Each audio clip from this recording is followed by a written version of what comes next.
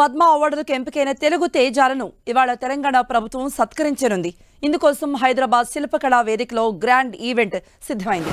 కాసేపట్లో మెగాస్టార్ చిరంజీవితో పాటు మాజీ ఉపరాష్ట్రపతి వెంకయ్యనాయుడు సైతం సీఎం రేవంత్ రెడ్డి సత్కరించనున్నారు. సినీ కళామతలికి అందించిన సేవలకు గుర్తింపుగా తెలంగాణ తరపున కేంద్ర ప్రభుత్వం మెగాస్టార్ చిరంజీవికి పద్మ విభూషణ్ పురస్కారాన్ని ప్రకటించింది. దేశంలో రెండో అత్యున్నత పౌర పురస్కారం కావడంతో మెగాస్టార్ కు అభినందనలు, శుభాకాంక్షలు వెల్లువెత్తుతున్నాయి. సినిమా సెలబ్రిటీలతో పాటు రాజకీయ, క్రీడా ప్రముఖులు చిరంజీవిని కలిసి అభినందనలు తెలుపుతున్నారు. తెలంగాణ ప్రభుత్వం కూడా మెగాస్టార్ చిరంజీవిని ప్రత్యేకంగా అభినందించాలని, ఘనంగా సత్కరించాలని ఈ ఈవెంట్ నిర్వహిస్తోంది.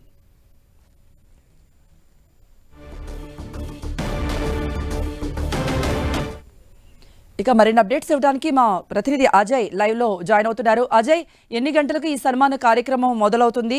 ఎవరెవరు ప్రముఖులు హాజరు కాబోతున్నారు? ఎస్కృప 11 గంటలకు ఈ కార్యక్రమం అనేది ప్రారంభం కానుంది. ఈ కార్యక్రమానికి ముఖ్య అతిథులుగా తెలంగాణ సీఎం రేవంత్ రెడ్డి హాజరు కానున్నారు.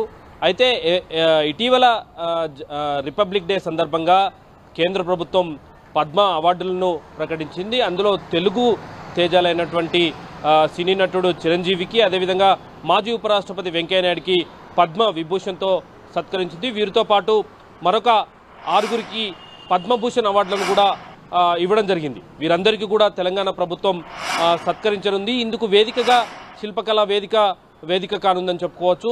ముఖ్యంగా మనం చూసుకోవచ్చు, ఇది పద్మ విభూషణ్ అనేది భారతదేశంలోనే రెండవ అత్యుత్తమ అవార్డు అనుకొని చెప్పుకోవచ్చు. భారతరత్న మొదటిది కాగా రెండవది పద్మ విభూషణ్, ఆ తర్వాత పద్మభూషణ్ అనేది వస్తూ ఉంటాయి. అయితే ఈ నేపథ్యంలో వీరందరికీ కూడా తెలుగు ప్రజల నుండే కాక దేశవ్యాప్తంగా కూడా వారికి శుభాకాంక్షల వెల్లువెత్తినటువంటి పరిస్థితి మనం చూసుకోవచ్చు. ఈ నేపథ్యంలో వీరందరికీ కూడా పౌర సత్కారాన్ని చేసేందుకు తెలంగాణ ప్రభుత్వం అయితే ముందుకొచ్చినటువంటి పరిస్థితి.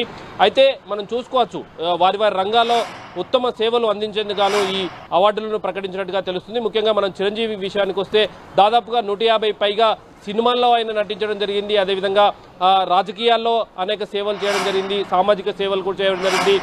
ఐ డొనేషన్, బ్లడ్ డొనేషన్ లాంటి క్యాంపులు ఆయన నిర్వహించడం, బ్లడ్ డొనేషన్కి సంబంధించినటువంటి విస్తృతంగా ఆయనకు ఏదైతే పబ్లిసిటీ బ్లడ్ డొనేషన్కి సంబంధించిన కల్పించినటువంటి సందర్భం కనబడుతుంది. ఇలాంటి సందర్భంలోనే గతంలో ఆయనకు 2006లో అటు ఇటుగా 2006లో ఆయనకు పద్మభూషణ్ అవార్డు కూడా కేంద్ర ప్రభుత్వం ప్రకటించినటువంటి పరిస్థితి. ఇప్పుడు పద్మ విభూషణ్ అవార్డును ప్రకటించినటువంటి పరిస్థితి. ఇలాంటి వ్యక్తులకు తెలంగాణ ప్రభుత్వం సన్మానం చేయడం అనేది కొంత గొప్ప విషయం అని చెప్పుకోవచ్చు. వెంకయ్యనాయుడు కూడా అదే తరహాలో రాజకీయ రంగాల్లో ఆయన విశిష్ట సేవలు అందించడం జరిగింది. ఎంపీగా పనిచేశారు, అదేవిధంగా ఉపరాష్ట్రపతిగా కూడా ఆయన పనిచేసినటువంటి పరిస్థితి మనకు కనబడుతుంది.